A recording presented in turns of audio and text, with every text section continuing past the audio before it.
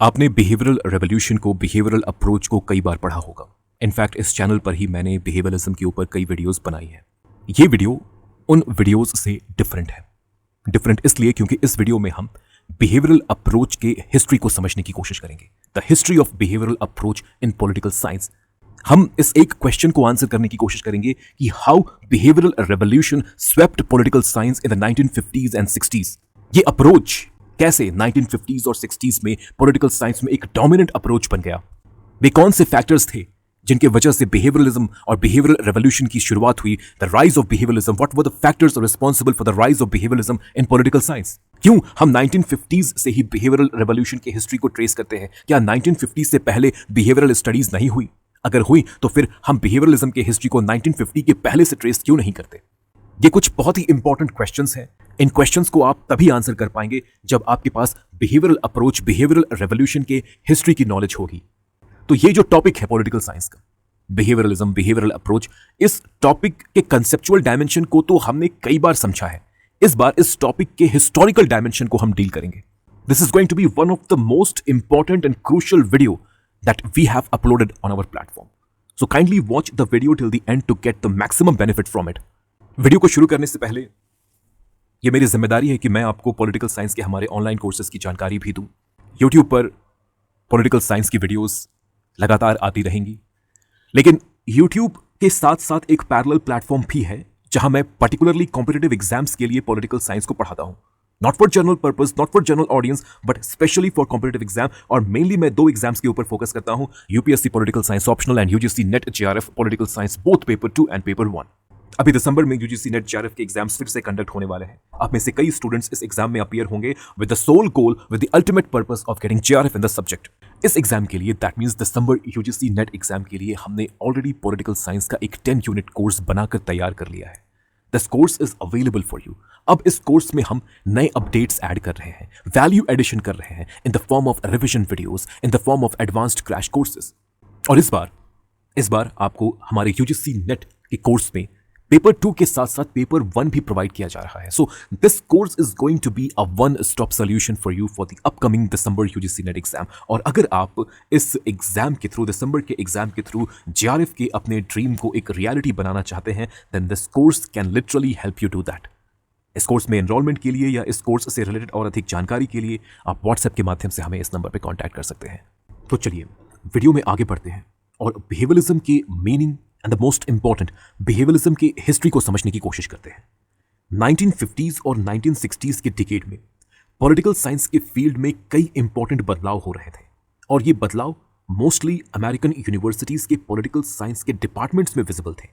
एक नया approach, that is behavioural approach, political science में डोमिनेंट अप्रोच की जगह ले रहा था।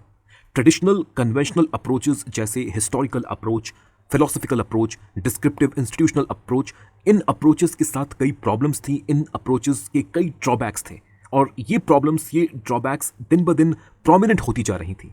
तो अमेरिकन यूनिवर्सिटीज़ में in traditional, in conventional approaches को लेकर पॉलिटिकल साइंस के स्कॉलर्स के बीच एक डिस्कम्फर्ट की स्थिति थी और इसलिए इन स्कॉलर्स ने इस अप्रोच को बदलने की कोशिश की। तो एक बदलाव लाया गया। We made a change from these traditional conventional approaches to behavioural approach और यही वो बदलाव है, यही वो चेंज है जिसे हम बिहेवियरल रेवोल्यूशन कहते हैं, behavioural revolution in political science. सवाल यहां पर यह है कि हम जिस बदलाव की बात कर रहे हैं, जिस चेंज, जिस रेवोल्यूशन की बात कर रहे हैं, इस बदलाव, इस रेवोल्यूशन की शुरुआत कब हुई? क्या वो साल 1950 था, 1950? क्या 1950 के आते ही अचानक हमने बिहेवियरल रेवोल्यूशन को लॉन्च कर दिया? देखिए, ये बात सच है कि 1950s और 1960s के डिकेड को ही हम बिहेवियरल रेवोल्यूशन का दौर कहते हैं, लेकिन आपको समझना होगा कि बिहेवियरल रेवोल्यूशन के लिए जो ग्राउंड वर्क है वो बहुत पहले से प्रिपेयर किए जा रहे थे। बिहेवियरल रेवोल्यूशन के फाउंडेशन को बहुत पहले से ले डाउन करने की कोशिश हो रही थी। द सीड्स, इस रेवोल्यूशन के सीड्स बहुत पहले ही बोए जा चुके थे। One of the core feature, one of the core aspect of behavioural revolution is the study of political behaviour. और पॉलिटिकल बिहेवियर के स्टडी की शुरुआत यूनाइटेड स्टेट्स में 20th सेंचुरी के बिगिनिंग में हो जाती है। Now what is this political behaviour and the study of political behaviour? देखिए, पॉलिटिकल बिहेवियर के स्टडी के अंतर्गत हम फॉर्मल गवर्नमेंट स्ट्रक्चर को स्टडी नहीं करते।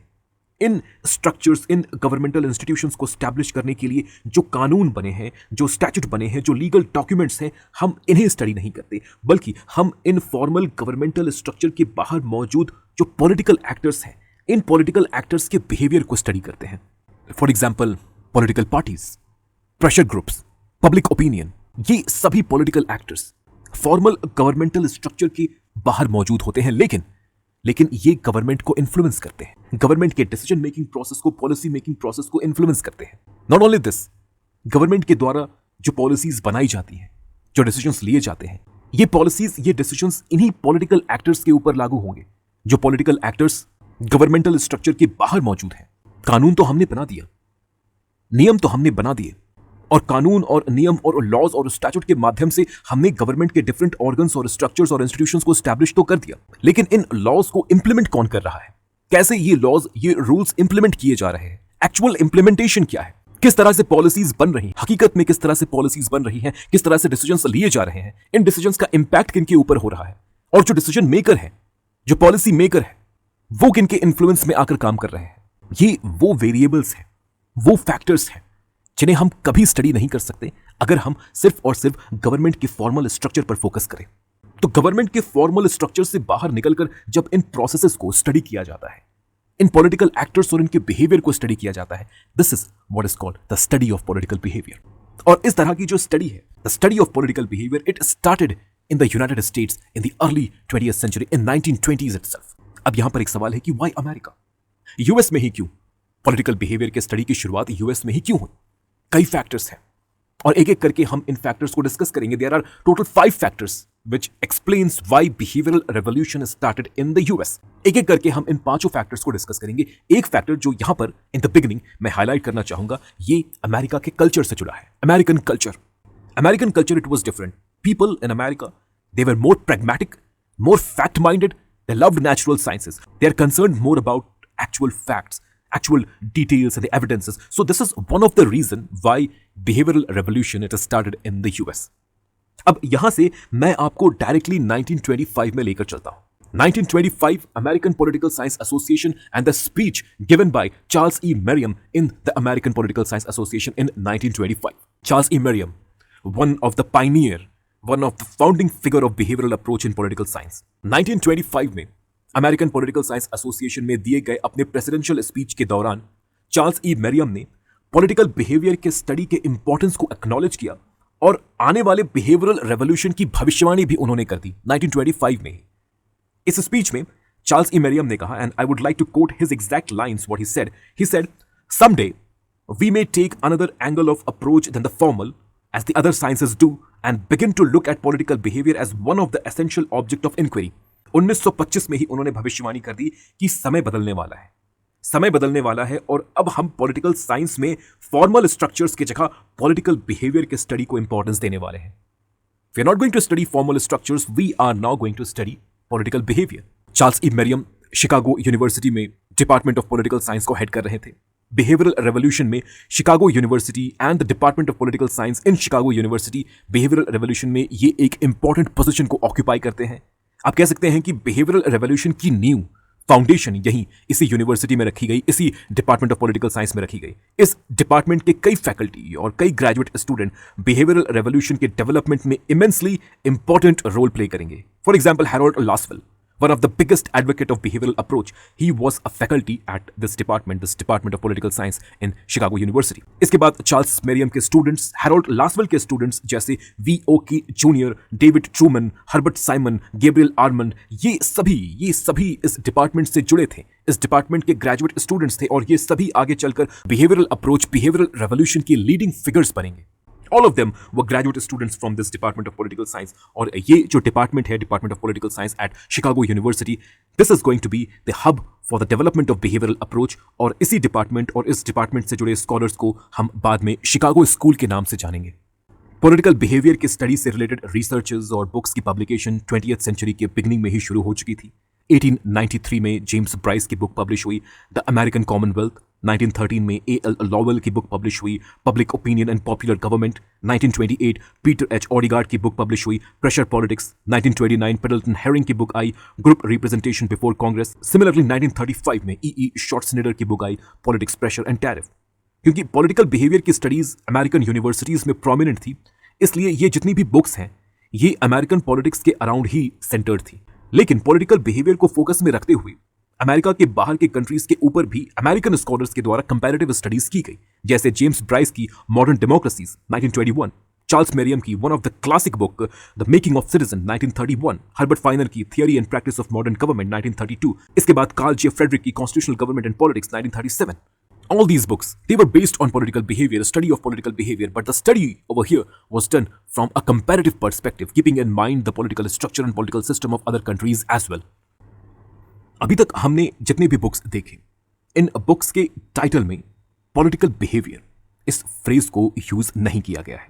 Though all these works, all these books, they dealt with political behavior and the study of political behavior, their title did not carry the phrase political behavior. Political behaviour के title के साथ पहली book 1928 में publish की गई। The book was political behaviour the heretofore unwritten laws customs and principles of politics as practised in the US. इस book को Frank Kent के द्वारा लिखा गया। Frank Kent, he was the first author who wrote a book with the title political behaviour. लेकिन गौर करने वाली बात यहां पर यह है कि फ्रैंक केंट ये कोई पॉलिटिकल साइंटिस्ट नहीं थे या कोई पॉलिटिकल स्कॉलर नहीं थे। Frank Kent, he was a journalist. So political behaviour के टाइटल के साथ लिखी गई पहली किताब एक जर्नलिस्ट की थी, फ्रैंक केंट।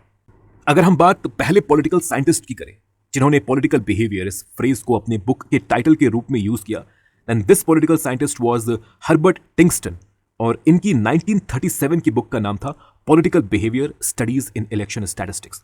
तो एक पॉलिटिकल साइंटिस्ट के द्वारा फॉर द फर्स्ट टाइम एक किताब लिखी गई जिस किताब के टाइटल में ही आपको ये फ्रेज देखने को मिला, political behaviour. That political scientist was Herbert Tingsten and he wrote the book political behaviour studies in election statistics in 1937।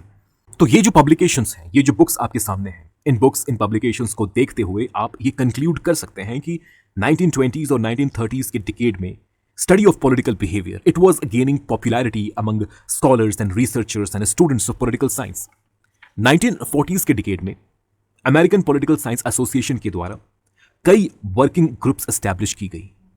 ये वर्किंग ग्रुप्स छोटे छोटे कमिटीज के जैसी थी।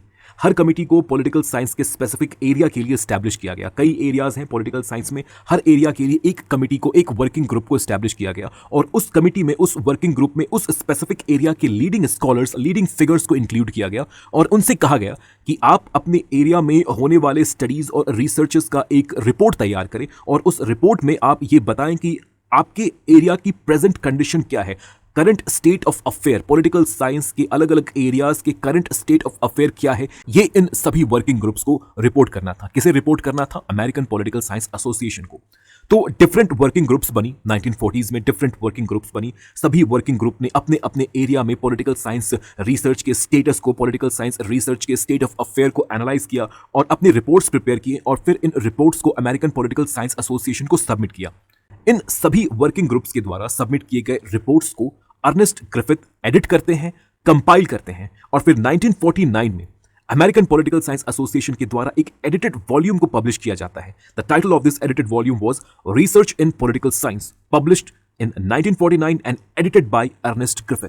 अ very important publication, a very important publication in the history of behavioural approach. इस edited volume के summary में Ernest Griffith लिखते हैं कि अमेरिकन पॉलिटिकल साइंस एसोसिएशन के पास जितने भी रिपोर्ट्स सबमिट किए गए, इन सभी रिपोर्ट्स में एक बात कॉमन थी और वो बात थी स्टडी ऑफ पॉलिटिकल बिहेवियर।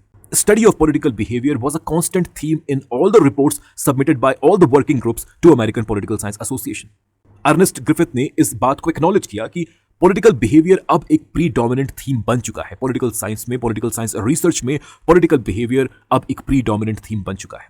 पिछले 2 दशकों में 1920s और 1930s में अमेरिका में जितने भी मेजर स्टडीज और रिसर्चेस हुए, वे सभी कहीं ना कहीं पॉलिटिकल बिहेवियर से ही जुड़े थे। इन रिसर्चेस में पब्लिक ओपिनियन को ही स्टडी किया गया, political parties, pressure group, interest group के एक्टिविटीज को ही स्टडी किया गया, उन सभी पॉलिटिकल एक्टर्स को, उन सभी पॉलिटिकल एक्टर्स के बिहेवियर को स्टडी किया गया जो political actors formal government structure के बाहर एग्जिस्ट करते थे, बाहर लाई करते थे। तो यहां तक हमें ये बात समझ में आ गई कि 1920s और 1930s के डिकेड में अमेरिका में पॉलिटिकल बिहेवियर की स्टडी काफी पॉपुलर थी। लेकिन क्या हम पॉलिटिकल बिहेवियर के इस वाइड स्प्रेड स्टडी, इस वाइड स्प्रेड पॉपुलैरिटी को हम बिहेवियरल रेवोल्यूशन कह सकते हैं? अगर हां, देन बिहेवियरल रेवोल्यूशन की शुरुआत तो 1920s में ही हो जानी चाहिए, because we can see that political behaviour is being studied from 1920s itself. लेकिन जैसा कि मैंने इस वीडियो के बिगिनिंग में बताया, हम इस बात को एक्सेप्ट करते हैं, we believe that behavioural revolution it began in 1950s and continued till the end of 1960s। तो ये जो स्टडीज हो रही हैं पॉलिटिकल बिहेवियर की, ये क्या थी? What can we call this? Study of political behaviour, it is definitely an empirical study. आप ग्राउंड पर उतर के actual fact, evidence and details को कलेक्ट करते हो, इंपेरिकल डेटा को गैदर करते हो। लेकिन सिर्फ इंपेरिकल डेटा को कलेक्ट करना, सिर्फ फैक्ट्स को कलेक्ट करना, ये बिहेवियरलिज्म नहीं है, ये बिहेवियरल अप्रोच नहीं है, ये आपको समझना होगा। पॉलिटिकल बिहेवियर पर अभी तक जो स्टडीज हो रही थी, इन स्टडीज के लिए कहा गया कि they are atheoretical. Critics ने कहा कि these studies of political behaviour they are atheoretical. Benjamin Lippincott जैसे क्रिटिक्स ने इन इंपेरिकल स्टडीज को ए थियोरेटिकल कहा। डेविड ईस्टन ने इन स्टडीज को क्रिटिसाइज करते हुए कहा कि they represent hyperfactualism. Hyperfactualism, this was the word used by David Easton to criticize these empirical studies. कहने का मतलब यह है कि ये सभी जो empirical studies हो रही थी पॉलिटिकल बिहेवियर के ऊपर, अभी तक जो empirical studies हो रही थी, ये journalistic in nature थी। These studies were journalistic in nature. Focus यहाँ सिर्फ और सिर्फ रॉ फैक्ट्स को कलेक्ट करने के ऊपर था, रॉ फैक्ट्स को कलेक्ट करके इन्हें असेंबल करने के ऊपर था। It was similar to a job that is done by a journalist. एक जर्नलिस्ट क्या करता है? A journalist would go to the ground and would collect fact and would collect data and would assemble them and bring it. Similar kind of work was being done by these political scholars and political scientists in 1920s and 1930s. Journalistic nature. जो empirical data collect हो रहे थे, इन empirical data के statistical analysis पर focus नहीं था। किसी का भी फोकस इन empirical data के statistical analysis पर नहीं था। इन empirical data को यूज करके थियरी बिल्ड करने के ऊपर फोकस इन्हीं का नहीं था। ऐसी थियरीज के ऊपर कोई नहीं काम कर रहा था जिन थियरीज में प्रेडिक्टिव पावर हो। इन इंपेरिकल डेटा को यूज करके आप ऐसी थियरीज बिल्ड करें जिन थियरीज में प्रेडिक्टिव पावर हो, प्रेडिक्शन करने की पावर हो, जो थियरीज साइंटिफिक हो। इस तरह की थियरीज नहीं बन रही थी। So there was a decline in political theory. Political theory में हम जो डिक्लाइन की बात करते हैं, this is what it refers to. इसी फेनोमेना को, इसी हाइपरफैक्चुअलिज्म के फेनोमेना को, इसी ए थियोरेटिकल एम्पिरिसिज्म को हम डिक्लाइन इन पॉलिटिकल थियरी कहते हैं, that we were seeing in 1920s and 1930s and 1940s in political science research. और यही रीजन है कि हम 1920s, 30s, 40s में किए गए इंपेरिकल स्टडीज को, इंपेरिकल पॉलिटिकल बिहेवियर स्टडीज को हम बिहेवियरल रेवोल्यूशन नहीं कहते, बिहेवियरल रेवोल्यूशन के अंतर्गत इंक्लूड नहीं करते। लेकिन हम इस बात को डिनाई भी नहीं कर सकते कि ये इंपेरिकल स्टडीज मीनिंगलेस थी। बिल्कुल नहीं। इन इंपेरिकल स्टडीज ने बिहेवियरल अप्रोच, बिहेवियरल रेवोल्यूशन के लिए एक फॉर्मिडेबल, एक स्ट्रॉन्ग ग्राउंड, एक फाउंडेशन को प्रिपेयर किया, जिस फाउंडेशन पर, जिस ग्राउंड पर हम 1950s और 1960s के डिकेड में बिहेवियरल अप्रोच के एडिफिस को बिल्ड करेंगे, बिहेवियरल अप्रोच के स्ट्रक्चर को बिल्ड करेंगे। इस फाउंडेशन को यूज करते हुए बिहेवियरल अप्रोच को बिल्ड करने की शुरुआत 1949 में उस वक्त हुई जब अमेरिकन पॉलिटिकल साइंस एसोसिएशन के द्वारा, अमेरिकन पॉलिटिकल साइंस एसोसिएशन के सोशल साइंस रिसर्च काउंसिल के द्वारा कमिटी ऑन पॉलिटिकल बिहेवियर को एस्टैब्लिश किया गया। Committee on Political Behavior, established in 1949 by Social Science Research Council of American Political Science Association, and this Committee on Political Behavior, it was led by V. Oki Jr.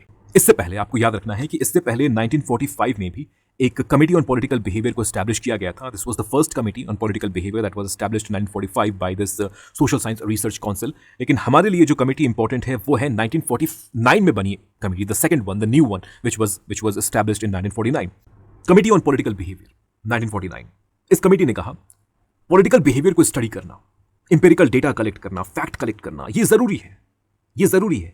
लेकिन theories develop करना, scientific theories build करना, ऐसी theories build करना जिनमें predictive power हो, ये भी equally important है। So empiricism without theory building, it is going to be meaningless, it is going to be useless, it is just going to be like a journalist studying political phenomena. It is just going to be like a journalistic study and not a political study. तो हमें जो चाहिए, इस committee ने कहा कि हमें जो चाहिए, हमें जिस अप्रोच की तलाश है, वो अप्रोच है theory led empiricism. We need an approach where we have both empiricism, empirical data collection, as well as theory building, rigorous theory building. और यही वो अप्रोच है, theory led empiricism. It is this approach of theory led empiricism which is called behavioral approach.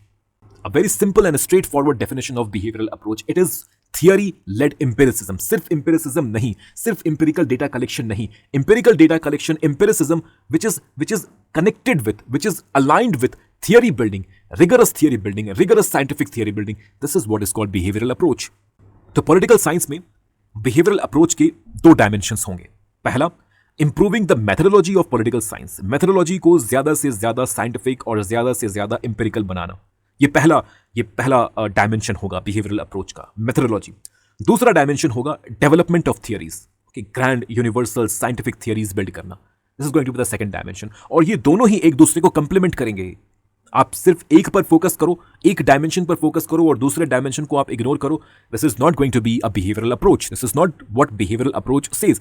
आपको दोनों ही dimensions को साथ लेकर चलना होगा. Improving methodology as well as theory building. Improving methodology and theory building. You have to take both the dimensions together.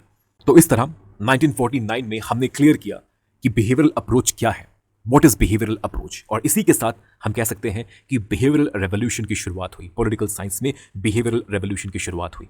Video के beginning में मैंने आपसे कहा था कि कई फैक्टर्स हैं जिनकी वजह से यूनाइटेड स्टेट्स में ही पॉलिटिकल साइंस में बिहेवियरल रेवोल्यूशन की शुरुआत हुई.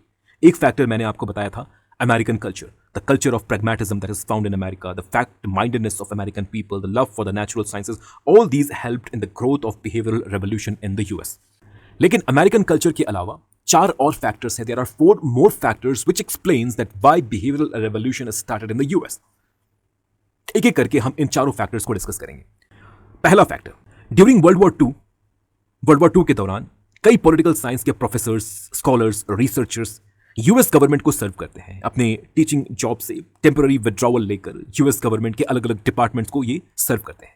यहां इन डिपार्टमेंट्स में, यूएस गवर्नमेंट के इन डिपार्टमेंट्स में, इन पॉलिटिकल साइंस के एक्सपर्ट्स का काम था कि ये अपने नॉलेज को यूज करें, अपने एक्सपर्टीज को यूज करें. अभी तक इन्होंने जिन थियरीज को बिल्ड किया है उन थियरीज को यूज करें और बेहतर पॉलिसी बनाने में गवर्नमेंट की मदद करें. डे टू डे लाइफ में अमेरिकन के द्वारा जो सोशो इकोनॉमिक और पॉलिटिकल प्रॉब्लम्स फेस की जा रही हैं, इन प्रॉब्लम्स को सॉल्व करने में अपने नॉलेज और अपने थियरीज को ये यूज करें. लेकिन जब पॉलिटिकल साइंस के इन स्कॉलर्स, इन प्रोफेसर्स, इन रिसर्चर्स ने रियलिटी को डायरेक्टली फेस किया, जब इनके सामने डे टू डे लाइफ के पॉलिसी रिलेटेड प्रॉब्लम्स लाकर रख दिए गए और जब इन्होंने इन प्रॉब्लम्स को अपने नॉलेज और अपने थियरीज को यूज करके सॉल्व करने की कोशिश की, तब इन्हें समझ में आ गया कि इन्होंने अभी तक जिन भी थियरीज को डेवलप किया है, जो भी नॉलेज अभी तक इन्होंने डेवलप किया है, उन नॉलेज, उन थियरीज का कोई प्रैक्टिकल एप्लीकेशन नहीं है. They are not practically applicable for solving these real life political socio-economic problems.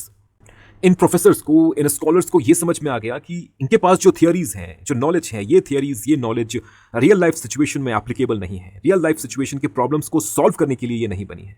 So it was a wake-up call. It was a wake-up call for these scholars to upgrade their knowledge, to change their approach and methodology so that they can make the subject and discipline of political science more and more meaningful and applicable. ये एक factor था जिस factor ने behavioural revolution के growth में important role play किया.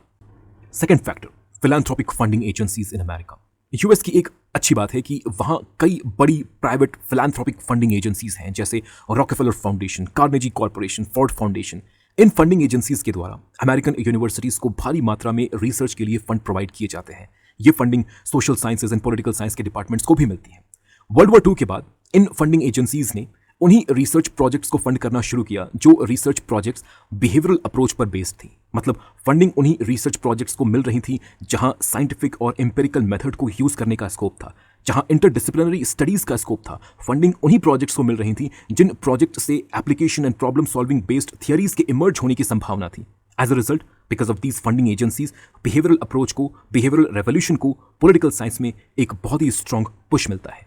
तीसरा और चौथा फैक्टर पॉलिटिकल साइंस के मेथोडोलॉजी के इंप्रूवमेंट से जुड़ा है. These two factors led to the improvement of methodology in political science. अगर पॉलिटिकल साइंस की डेवलपमेंट अमेरिकन यूनिवर्सिटीज में हो रही थी तो European universities sociology and psychology में आगे थी. और अगर मेथोडोलॉजी की बात करें तो अमेरिकन से ज्यादा डेवलप्ड और ज्यादा सोफिस्टिकेटेड साइंटिफिक मेथोडोलॉजी इन यूरोपियंस के पास थी, खासकर जर्मन स्कॉलर्स के पास थी, लेकिन not in the field of political science but in the field of sociology and psychology.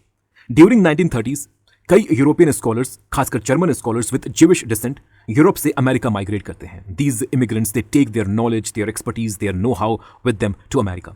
जब इन यूरोपियन इमिग्रेंट्स को यूएस के डिफरेंट यूनिवर्सिटीज़ के पॉलिटिकल साइंस के डिपार्टमेंट में प्लेस किया गया, तब डेफिनेटली ये स्कॉलर्स पॉलिटिकल साइंस के मेथोडोलॉजी के डेवलपमेंट में एक बहुत ही important and crucial role play करते हैं. So these European immigrants, particularly those trained in sociology and psychology, they also helped build behavioural revolution in political science in America. चौथा factor, and again a very important factor, growth of survey research. Survey research के field में काफ़ी development हो चुका था. सर्वे research method अब और ज्यादा साइंटिफिक बन चुका था. Data collection, data analysis, it became more easy and more scientific. Political science के फील्ड में कई इंपॉर्टेंट वर्क्स पब्लिश हुए यूजिंग दिस सर्वे मेथड, जैसे people's choice by Paul Lazarsfeld in 1944, the American voter by Angus Campbell 1960, and the most important the civic culture Almond and Verba again in 1960.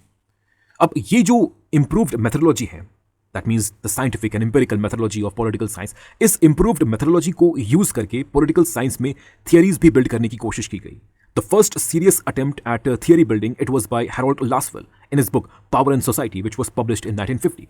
Second, we can include David Truman's The Governmental Process, published in 1951. लेकिन इन सभी attempts में David Easton की 1953 की book the political system ये stand out करती है. इस book के माध्यम से डेविड ईस्टन ने पॉलिटिकल साइंस में बिहेवियरल अप्रोच को एक फर्म फाउंडेशन देने की कोशिश की. डेविड ईस्टन ने एक ऐसी थियरी, एक ऐसी जनरल थियरी बिल्ड करने की कोशिश की जो थियरी हर जगह, हर टाइम पीरियड में और हर सोसाइटी में इक्वली एप्लीकेबल हो. पॉलिटिकल साइंस में बिहेवियरल रेवोल्यूशन को प्रमोट करने का credit American political science association के प्रेसिडेंट्स को भी जाता है.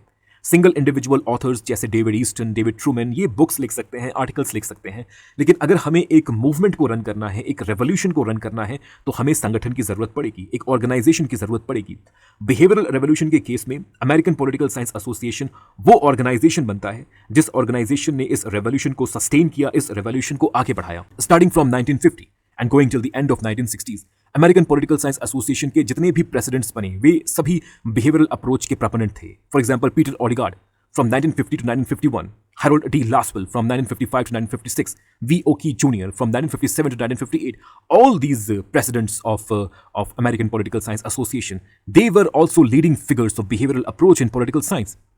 इसके अलावा 1950s और 1960s के डिकेड में जितनी भी मेजर रिसर्च वर्क पब्लिश हुई, जितनी भी मेजर आर्टिकल्स और बुक पब्लिश हुए, इन सभी में आप बिहेवियरल अप्रोच के इम्प्रिंट और बिहेवियरल अप्रोच के इन्फ्लुएंस और इम्पैक्ट को देख सकते हैं. इसी दौरान ऑलमोस्ट सभी यूनिवर्सिटीज़ के पॉलिटिकल साइंस डिपार्टमेंट में बिहेवियरलिस्ट अप्रोच के प्रोपोनेंट्स फैकल्टी पोजीशन पर आने लगे. सभी यूनिवर्सिटीज़ ने बिहेवियरलिस्ट अप्रोच को प्रमोट करना शुरू किया. And this is how we can see that behavioural revolution, it swept political science in 1950s and 1960s. I hope the history of behavioral approach is clear to you. Thank you so much for listening.